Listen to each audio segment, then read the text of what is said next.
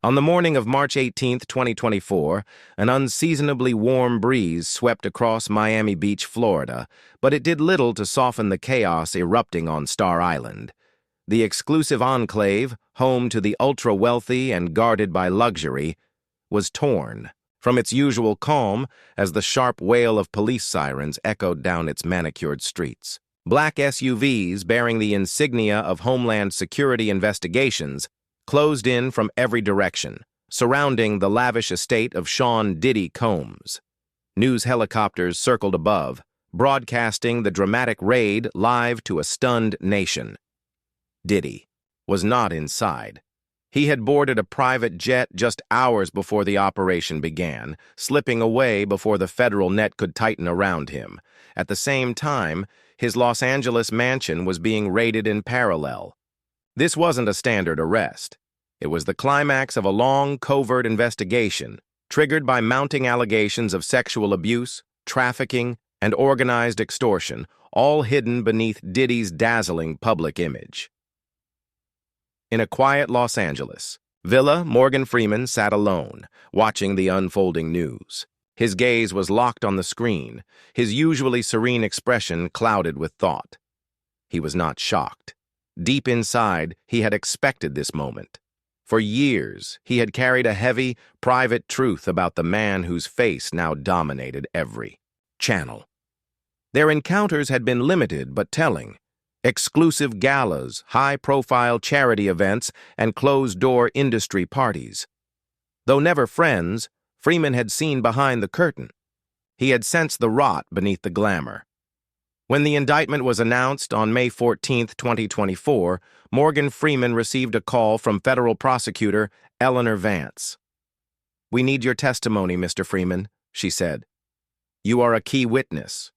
He paused, only briefly before answering. A name surfaced from the depths of his memory: Marcus Johnson. A young, hopeful rapper, pale, shaken, and Diddy's voice, sharp and deliberate on the night of December 12, 2018. "I will testify," Freeman said, his voice resolute. "I will tell the truth." As the trial commenced on September 2, 2024, Freeman sat quietly in the courtroom. He listened to the testimonies of survivors: Cassie Ventura on September 15th, Carrie Morgan on September 20th, each recounting trauma with extraordinary bravery. Their pain etched itself into his heart, strengthening his resolve. Then came October 2nd. The moment the courtroom door opened, all eyes turned. Morgan Freeman, at 87, walked in with a quiet gravity. He was still the man America trusted. But now he carried something heavier than a role or a narration. He carried the truth. Taking the stand, he looked across the room at a visibly diminished Diddy and spoke clearly. "Sean said it loud enough for me to hear," he testified. "If you don't do what I tell you, you'll disappear. You'll disappear from this map. You'll never see the light of day again." The words hung in the air. Marcus Johnson's name, long forgotten by the media, suddenly returned with terrifying clarity. His unexplained death no longer seemed accidental. On October 5th, defense attorneys pressed hard, trying to crack Freeman's credibility. But he did not waver. His voice remained steady, his account unchanged. The tide turned fully as additional witnesses stepped forward: Lil Rod on November 5th, and an anonymous figure known only as Assistant X on November 15th. Their testimonies aligned, confirming a pattern of abuse, manipulation, and fear that spanned decades. Morgan Freeman's appearance in court was more than symbolic. It was transformative. His voice, once reserved for portraying justice on screen, now gave shape to it in reality. And in that silence after he spoke, something shifted, not only in the courtroom, but across an industry that had too long protected its own. Prosecutor Eleanor Vance rose, her voice steady but sharp in the silent courtroom. "Mr. Freeman, can you tell the jury about your relationship with the defendant, Sean Combs?" Morgan Freeman sat upright, his hands resting on the edge of the Witness box. We did not have a close relationship, he said. I knew Sean through professional circles, at various industry events and private functions, but I witnessed something I believe is crucial to this case. Did you ever witness any unusual behavior from the defendant? Vance asked. Freeman's eyes shifted toward Diddy, who sat at the defense table, markedly changed from his once slick public persona. The confident, ever-smiling mogul was gone. In his place sat a gaunt, haunted figure, his shoulders hunched, his eyes hollow and rimmed with fatigue. Yes, Freeman replied. His voice carried a slow, deep weight. I did. I witnessed something horrifying. He began to describe a night that had never left him, the night of December 12, 2018. The setting was an extravagant private party in the Hollywood Hills, where the scent of expensive cologne clung to the air and the pulse of music vibrated through the floor. Freeman recalled standing by the bar, drink in hand, when he noticed Marcus Johnson, a young rapper with long dreadlocks and an open, eager face, engaged in conversation with a group of guests. Marcus had been invited by Diddy himself, with promises of a record deal. Then Diddy approached Marcus. At first, it looked like nothing more than casual conversation, but as Freeman watched, the energy shifted. They were talking, Freeman said, his eyes distant. But then Sean's voice grew louder. Marcus looked uncomfortable. He stepped back, like he was trying to create space between them. Diddy grabbed Marcus's shoulder, leaned in close, and began whispering into his ear. Freeman couldn't hear every word, but he remembered the way Marcus's entire expression changed. He turned pale, Freeman recalled, and Sean, he looked like a different person. His eyes were filled with something dark, like rage, or worse. Vance stepped closer. Do you remember exactly what Mr. Combs said? Freeman gave a small nod. Yes. After their exchange, Marcus recoiled and Sean said it, loud enough for me to hear. He said, "If you don't do what I tell you, you'll disappear. You'll disappear from this map. You'll never see the light of day again." The room went still.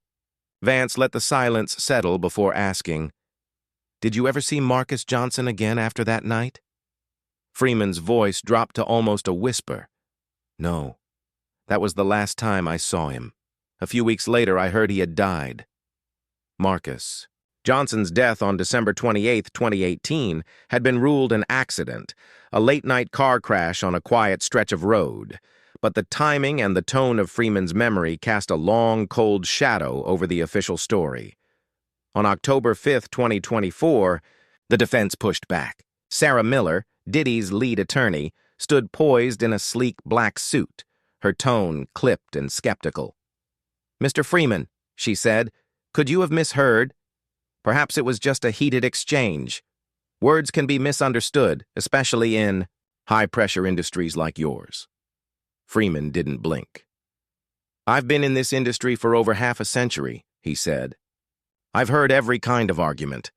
What I heard that night wasn't a misunderstanding. It was a threat, a cold, deliberate warning." The words echoed like stone across the courtroom. The trial continued into its 8th week. The pressure on Diddy intensified with each passing day. More witnesses came forward. The prosecution laid out digital evidence, text chains, confidential memos, anonymous tips, all reinforcing a pattern of coercion and control.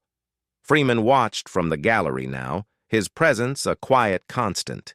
He had become not only a witness, but a reminder of the gravity of the charges, the seriousness of the truth, trying to break through the glamour. Then, on November 5, 2024, the courtroom shifted again. A new name was called. Lil Rod took the stand with visible hesitation. His voice trembling but determined, the courtroom hung on every word as he described in stark and painful detail how he had been coerced by Diddy into taking drugs and engaging in unwanted sexual acts. He had a system. Lil Rod stated, eyes fixed ahead. a system designed to control, manipulate, and exploit. He thought he was a god. In his world, from the public gallery, Morgan Freeman sat motionless, listening at those words.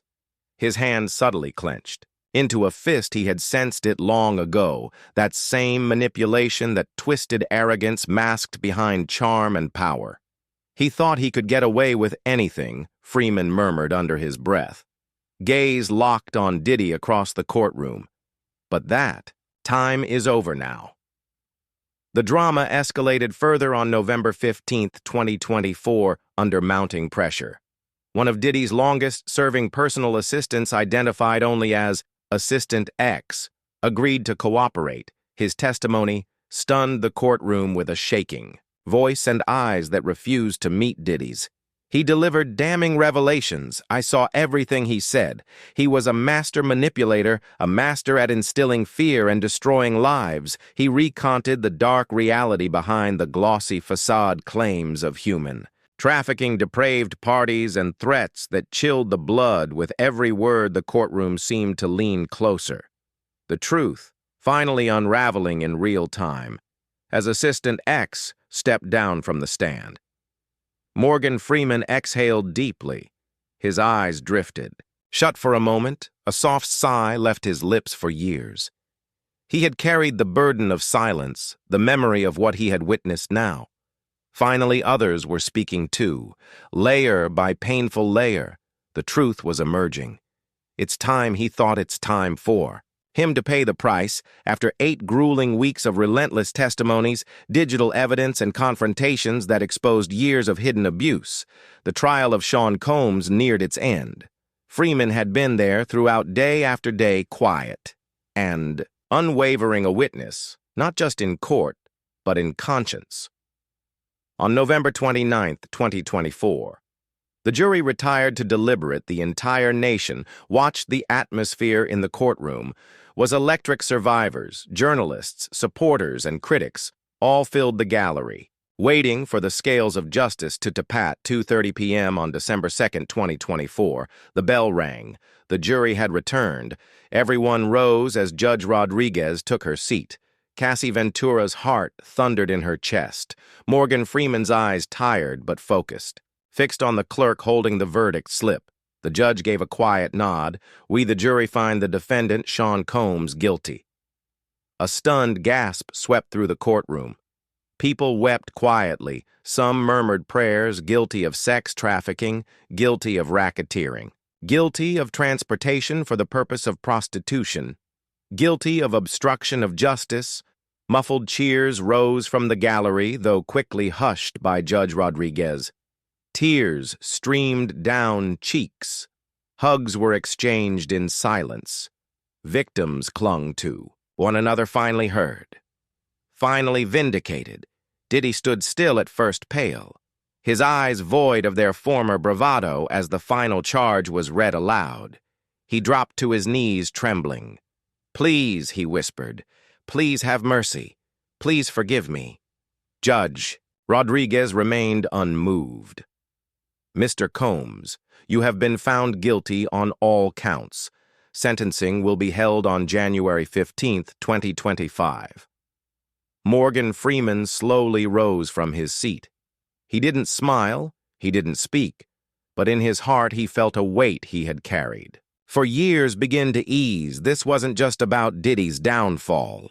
It was about truth, about the voices that had been silenced finally breaking free. And in that long and painful pursuit of justice, Morgan Freeman stood as a steady beacon, a man who chose